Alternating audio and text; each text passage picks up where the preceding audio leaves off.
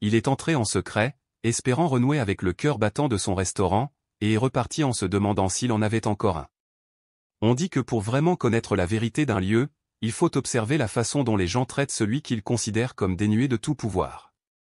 Cette pensée résonnait sans cesse dans l'esprit de Darius Ellington tandis qu'il sortait de sa voiture et fixait le néon clignotant au-dessus de l'entrée. Elias Grill, des lettres vertes et jaunes brillaient faiblement dans la brume du début d'après-midi. Il n'avait pas franchi cette porte comme client régulier depuis plus d'1 an. En tant que propriétaire, il était toujours en coulisses, absorbé par les réunions, la gestion des contrats fournisseurs ou la gestion des permis et de la paie. Il veillait à ce que tout fonctionne. Mais ces derniers temps, quelque chose clochait. Et pas seulement une chose. Des critiques anonymes. Des murmures de vieux amis. Des rumeurs de changement de ton. Quelques plaintes qui ne correspondaient pas à l'endroit qu'il avait construit. Son instinct lui disait que la vérité était pire que les rumeurs. Alors aujourd'hui, il a fait ce que la plupart des patrons n'oseraient jamais faire. Il s'est habillé simplement, un jean délavé avec une petite déchirure au genou, un vieux sweat à capuche noire zippée juste assez pour bloquer le vent et une casquette des braves baissée pour dissimuler son identité. Dans cette tenue, il n'était pas l'homme de la photo encadrée au mur.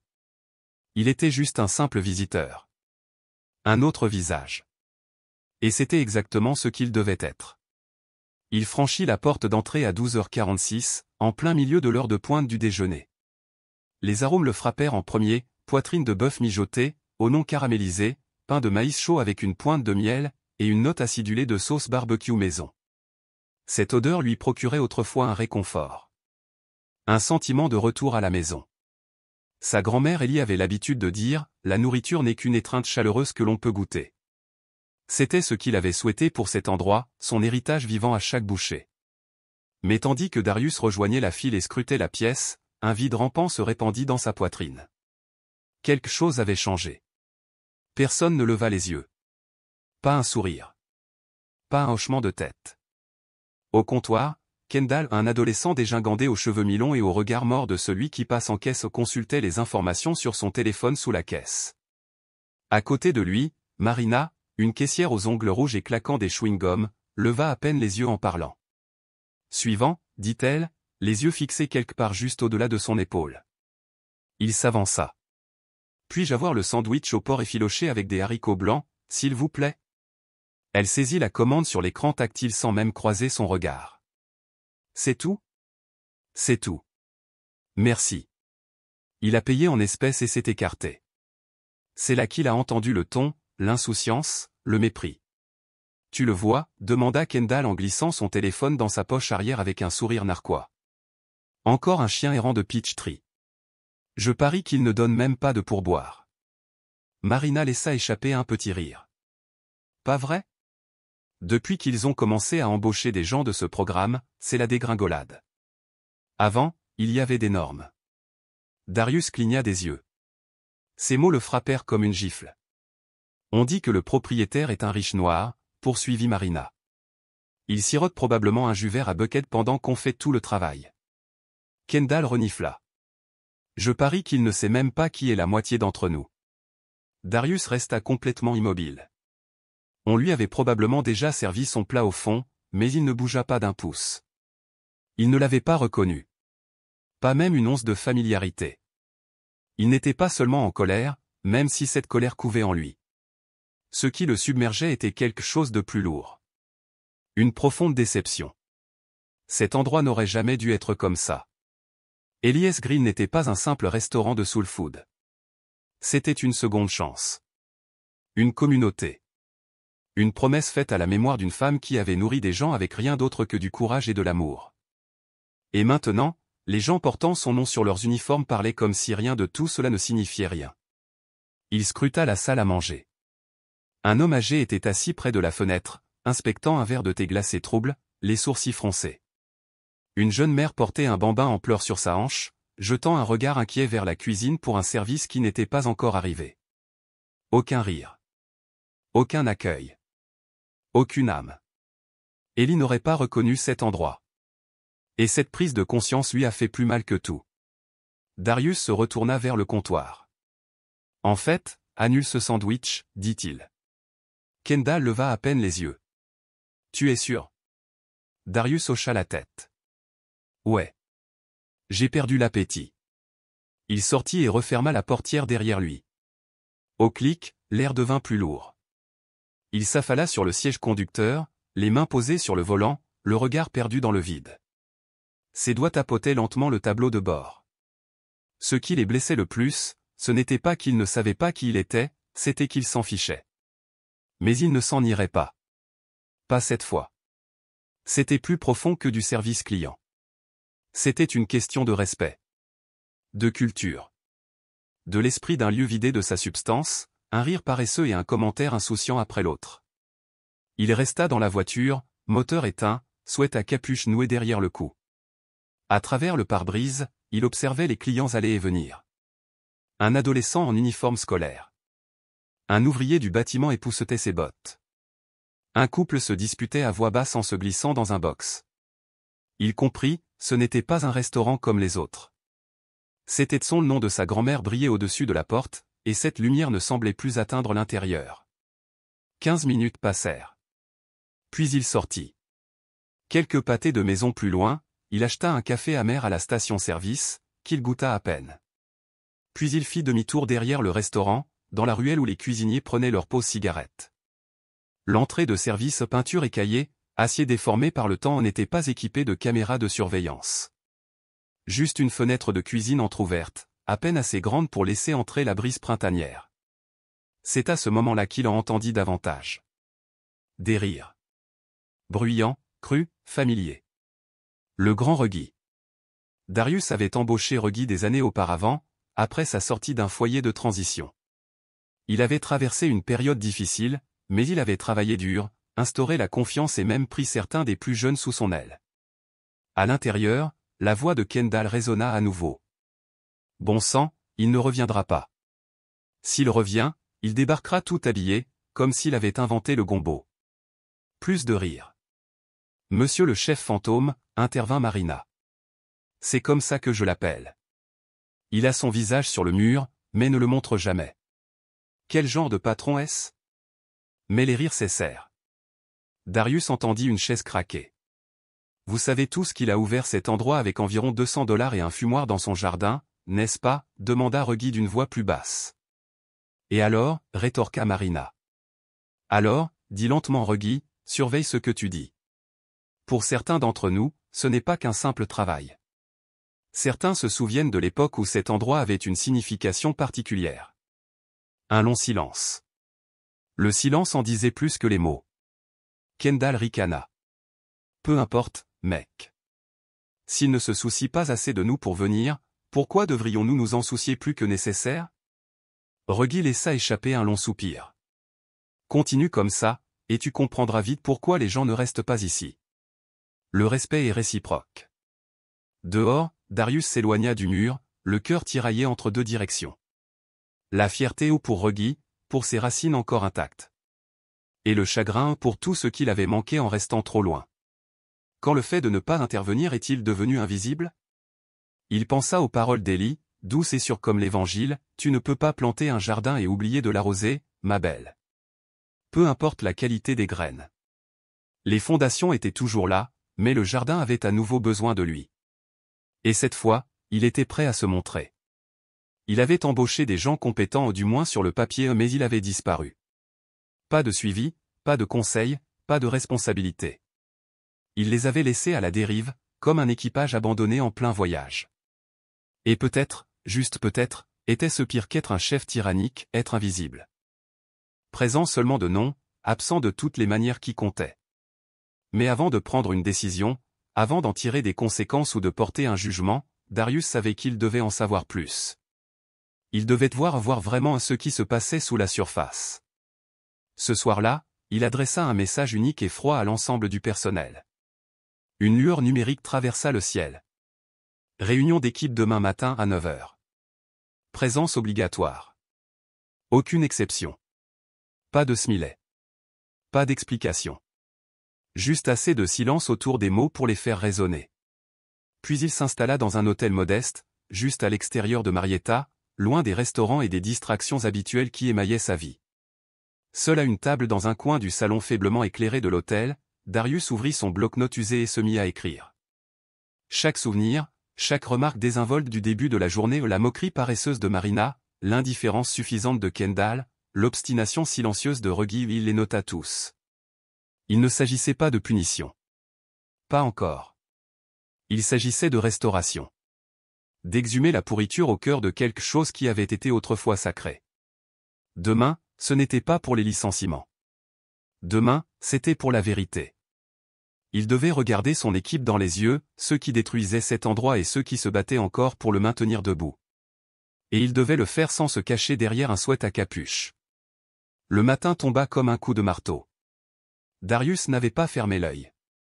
Non pas par peur, mais parce que ses pensées s'emballaient, ressassant tout ce qui avait mal tourné.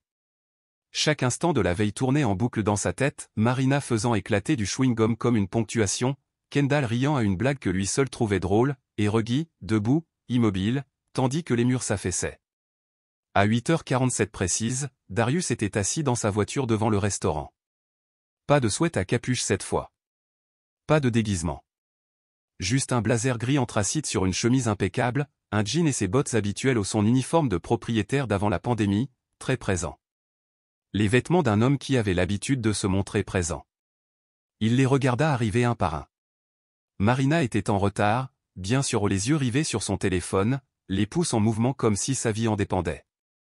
Elle remarquait à peine le monde qui l'entourait. Kendall arriva ensuite, riant doucement, écouteurs dans les oreilles, l'image même de la confiance en soi. Ruggie arriva tôt, comme toujours. Il ouvrit la porte latérale avec la clé que Darius lui-même lui avait donnée des années auparavant. Toujours fidèle. Toujours fiable. Puis vinrent d'autres. 2 plongeurs. 3 serveuses. Une cuisinière nommée Chérès jeune, douée et reconnaissante de la chance qui lui avait été offerte, fraîchement sortie de l'école de cuisine, alors que personne d'autre ne voulait prendre de risques avec elle. À 9h02, Darius sortit de la voiture et s'engouffra dans la fraîcheur matinale. Les têtes se tournèrent instinctivement. Chérès le remarqua la première, ses sourcils se haussèrent, sous une surprise discrète. Puis Ruggie le vit. Leurs regards se croisèrent. Ruggie fit un petit signe de tête respectueux, de ce genre qui signifiait « J'espérais que tu reviendrais ». Marina et Kendall, quant à elles, se figèrent. Leurs corps se raidirent comme si quelqu'un avait appuyé sur un interrupteur. Les mots qu'elles avaient prononcés se transformèrent en silence. Darius passa devant eux sans un mot et entra dans son propre restaurant. À l'intérieur, le personnel s'était rassemblé de manière dispersée près des cabines de devant, ne sachant pas comment se tenir debout, s'il fallait s'asseoir, coincé dans cet espace intermédiaire gênant où l'autorité réapparaît soudainement. Il ne parla pas immédiatement. Il laissa le silence s'installer, le presser comme un poids. Puis il s'éclaircit la gorge et parla haut doucement, mais clairement. « Je ne vous retiendrai pas longtemps, dit-il. Mais j'ai des choses à dire. Et j'ai besoin que vous m'écoutiez. Vraiment écoute-moi. » Une pause. Puis. « Cet endroit porte le nom de ma grand-mère, Ellie Mae Ellington. Elle est partie depuis 15 ans. Mais si vous l'aviez déjà rencontrée, vous auriez compris, ici, ce n'est pas qu'une question d'argent. Ce n'est pas qu'une question de critique 5 étoiles. Ce n'est même pas qu'une question de nourriture. » L'expression de Chérès s'adoucit. Ruggie se redressa légèrement. Ma grand-mère était le genre de femme qui nourrissait les inconnus comme sa famille. Qui offrait des secondes chances comme si c'était des échantillons gratuits. Qui croyait que les gens n'étaient pas brisés, qu'ils attendaient juste d'être vus. Il scruta la pièce. Marina étudiait ses baskets comme si elles contenaient les réponses. Kendall était adossé au comptoir, les yeux fixés sur tout sauf sur Darius. Quand j'ai lancé Elias Grill, je voulais construire sa cuisine, mais plus grande. Un endroit où les gens pourraient manger, travailler, rire et se sentir chez eux. Il fit un pas de plus. Mais hier, j'ai franchi ces portes et je n'ai pas reconnu ce que j'avais construit. La salle se figea. Les yeux se levèrent. Il avait désormais toute leur attention. Je suis entré tranquillement, habillé simplement. J'ai commandé un sandwich. Je suis resté planté là, dit-il en désignant un endroit près du comptoir. Et j'ai écouté. J'ai entendu 2 employés parler du type qui est censé tenir cet endroit. Ils disaient qu'ils s'en fichaient. Qu'ils ne venaient jamais. Ils dénigraient leurs collègues comme s'ils étaient inférieurs à eux. Ils ne citaient pas de nom. Ils n'en avaient pas besoin. La vérité flottait dans l'air, pesante et indéniable. Je n'ai rien dit. Je suis parti sans mon sandwich. Sans faire de scène. Parce que j'avais besoin de temps pour comprendre à quel point nous étions tombés bas. Son regard croisa celui de Marina, puis celui de Kendall. Cet endroit m'appartient. Je l'ai construit à partir de rien. Des genoux écorchés. De l'argent emprunté. La foi. Mais à un moment donné, j'ai arrêté d'y aller. C'est de ma faute. Il prit une inspiration. Une inspiration plus profonde. Mais cette attitude? Ce manque de respect? Ce poison? C'est de ta faute. Silence. Personne ne bougea. Le genre de silence qui suit la confession, qui emplit une pièce quand la vérité est sans issue. Marina leva les yeux, à peine. Son expression exprimait ce regret familier mi-culpabilité, mi-détournement. Kendall se pencha davantage en arrière, les bras croisés, essayant de paraître indifférent, mais son pied tapa un peu trop vite. Darius s'avança au centre de la pièce. Imperturbable. « Je ne suis pas là pour crier », a-t-il déclaré. « Je suis là pour reconstruire. » Il jeta un coup d'œil à Reggie, puis balaya le bâton du regard. « Certains d'entre vous portent encore le cœur de cet endroit. Et je le vois. J'y accorde de la valeur. Mais d'autres ? » Il laissa les mots se poser. « Vous pointez, vous encaissez les chèques et vous vous comportez comme si vous faisiez quelque chose. Cet endroit une faveur. Ça prend fin aujourd'hui. » Le silence s'est légèrement brisé lorsqu'une serveuse nommée Tiana, la trentaine, les mains fermes, a levé le bras. « Monsieur Ellington, dit-elle doucement. Je ne savais pas que vous me regardiez comme ça. Mais, merci. D'être venu. » Il hocha la tête. « J'aurais dû le faire plus tôt, a-t-il admis. Mais j'ai laissé la distance s'accroître. Et quand les leaders disparaissent, chacun écrit sa propre histoire. » Il se tourna à nouveau vers l'avant, sa voix s'élevant avec conviction. « Voici ce qui change. À partir de la semaine prochaine, nous organiserons des réunions mensuelles avec le personnel. Pas de discussion de 5 minutes dans le couloir, réelle conversation. Je serai là 2 fois par semaine. Pas en coulisses, présent. Vous verrez mon visage. Et nous ramenons les avis clients. Pas les notes Yelp, mais de vrais commentaires manuscrits de ceux qui s'assoient à ces stands chaque jour. » Quelqu'un murmura, il était temps. Mais il n'y avait pas de sarcasme. Juste du soulagement. Il jeta un dernier regard autour de la pièce. Et écoutez bien, si cet endroit ne vous dit rien, si le respect est trop demandé, ne pointez pas. Ne faites pas semblant. Ne polluez pas l'air pour ceux qui s'en soucient. Il n'y a plus personne. Pas encore. Puis, lentement, il se tourna vers Kendall et Marina. Leurs corps se tendirent, se préparant à l'impact. Mais il ne les réprimanda pas davantage. Il n'en avait pas besoin. Le silence avait déjà parlé. « Vous deux, dit-il fermement, d'une voix égale. Venez avec moi. » Sans attendre de réponse, Darius se retourna et se dirigea vers l'arrière, poussant la porte avec une détermination silencieuse. Il ne se retourna pas. Pendant un instant, aucun d'eux ne bougea. Puis, hésitant, ils le suivirent. Le couloir derrière la cuisine était étroit et sombre, niché à côté du garde-manger.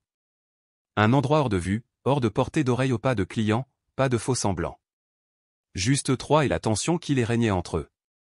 Darius ferma la porte derrière eux avec un calme délibéré, un léger clic brisant le silence.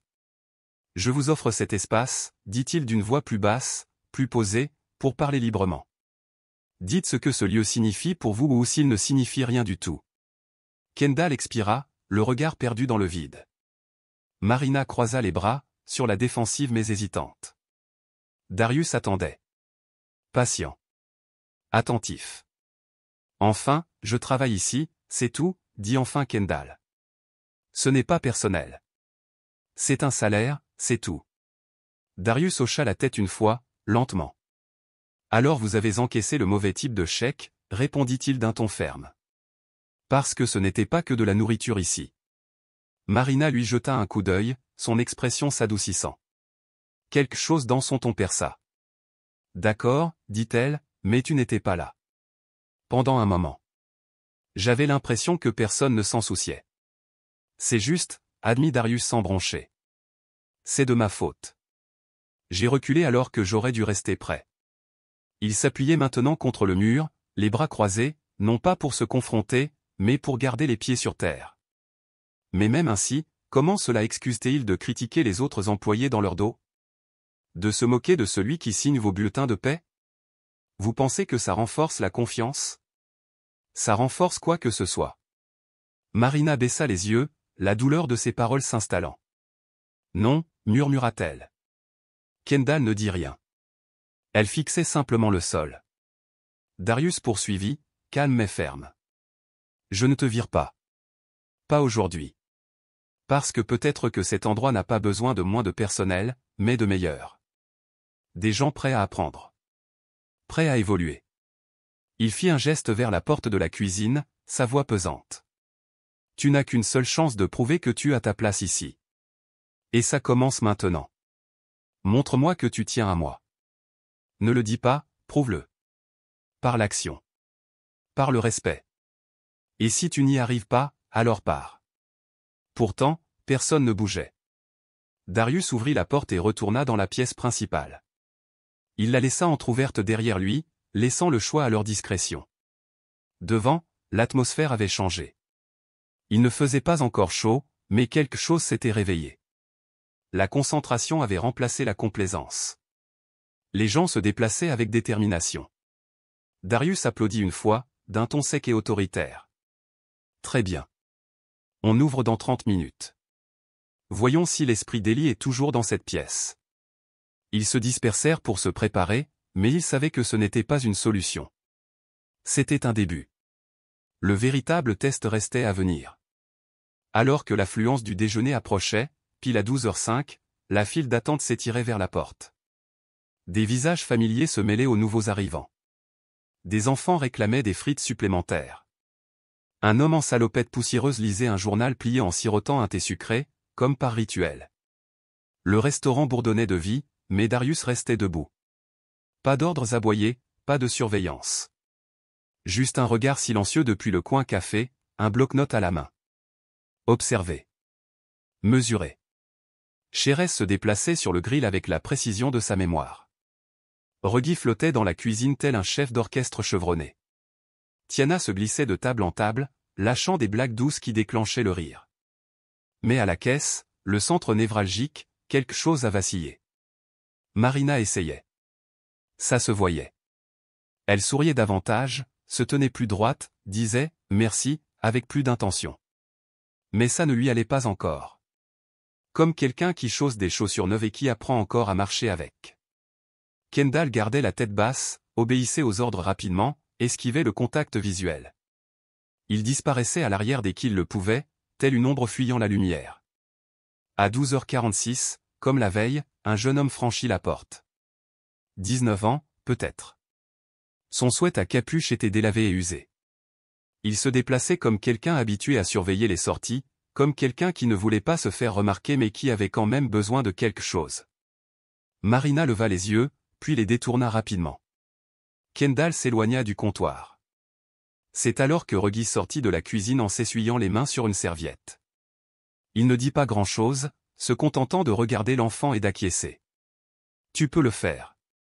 L'enfant hésita, ses yeux passant d'un visage à l'autre, mais il s'avança et s'éclaircit la gorge.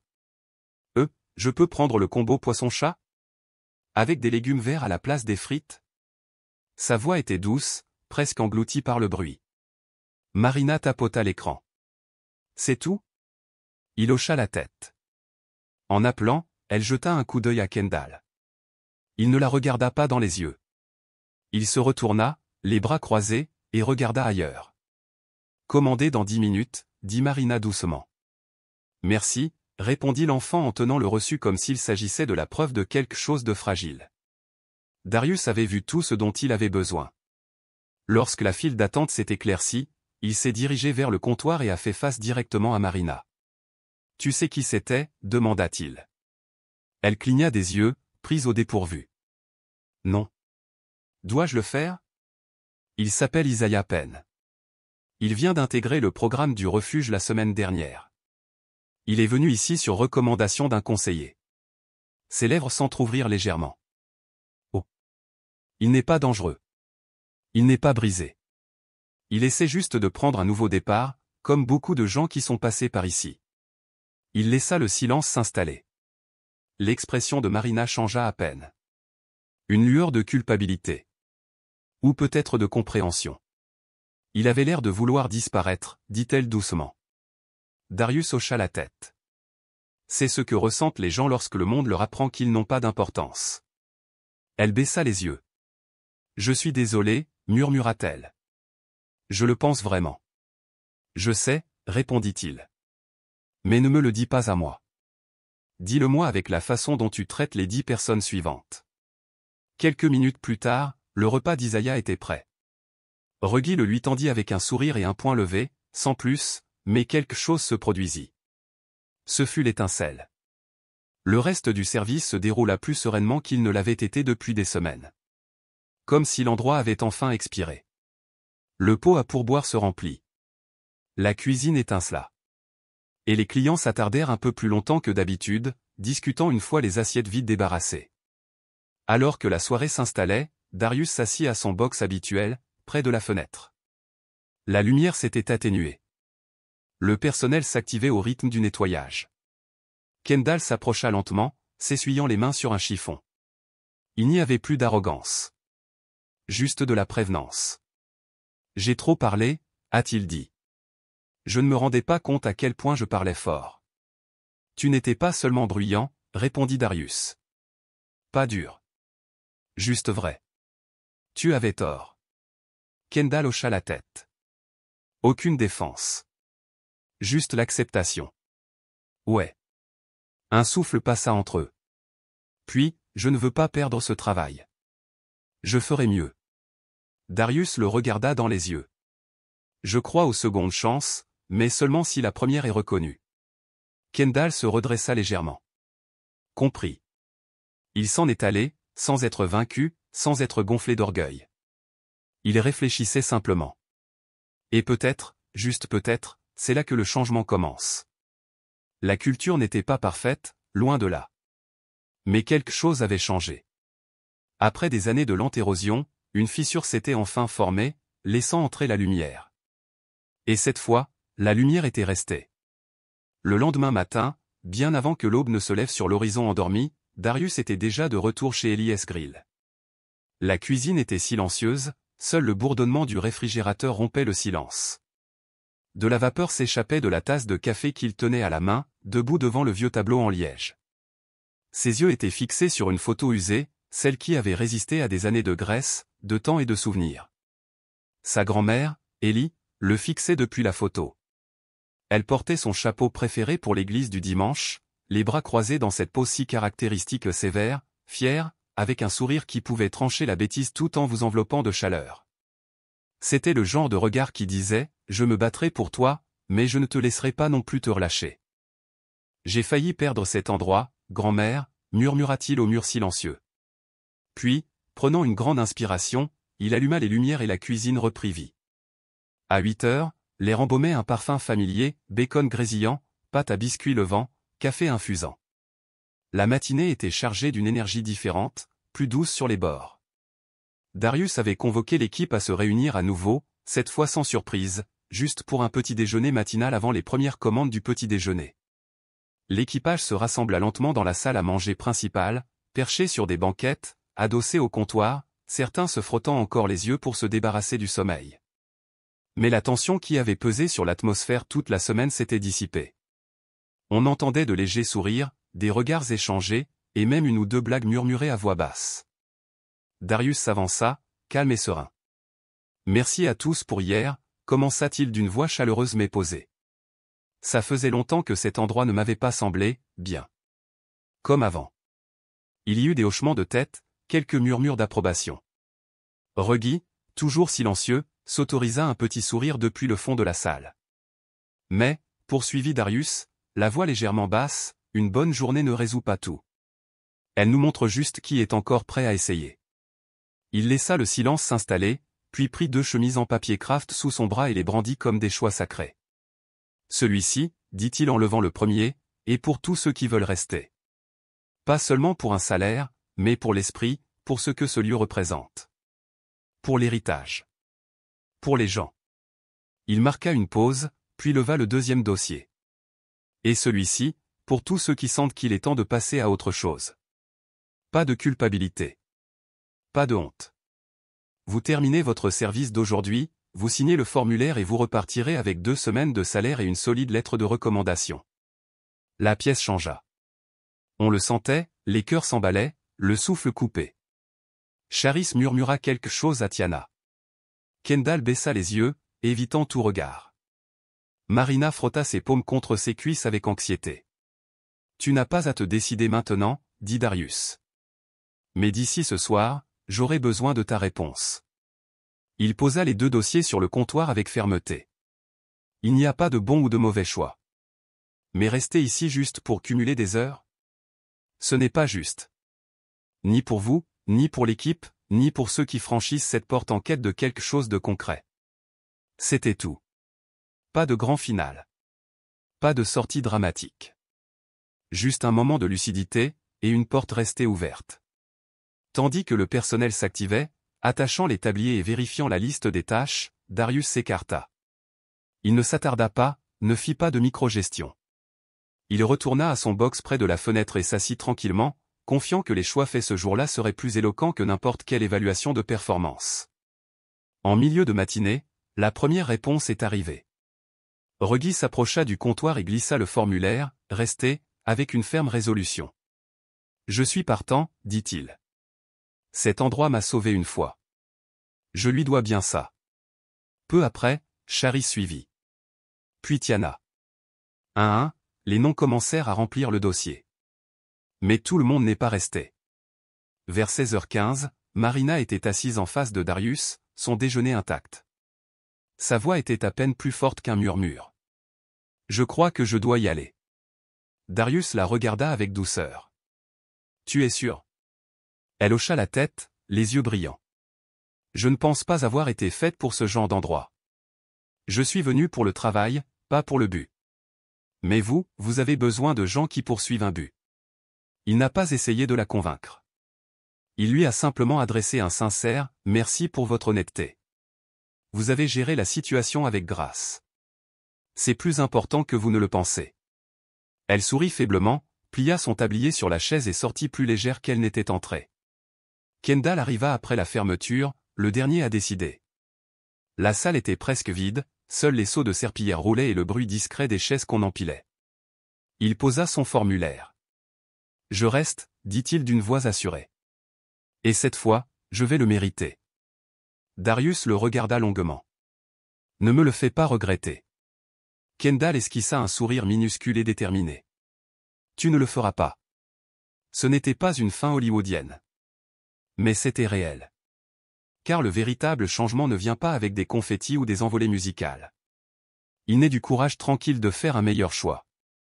Une semaine plus tard, Elias Grill avait retrouvé son rythme. Pas plus bruyant. Pas plus animé. Juste, comme il faut.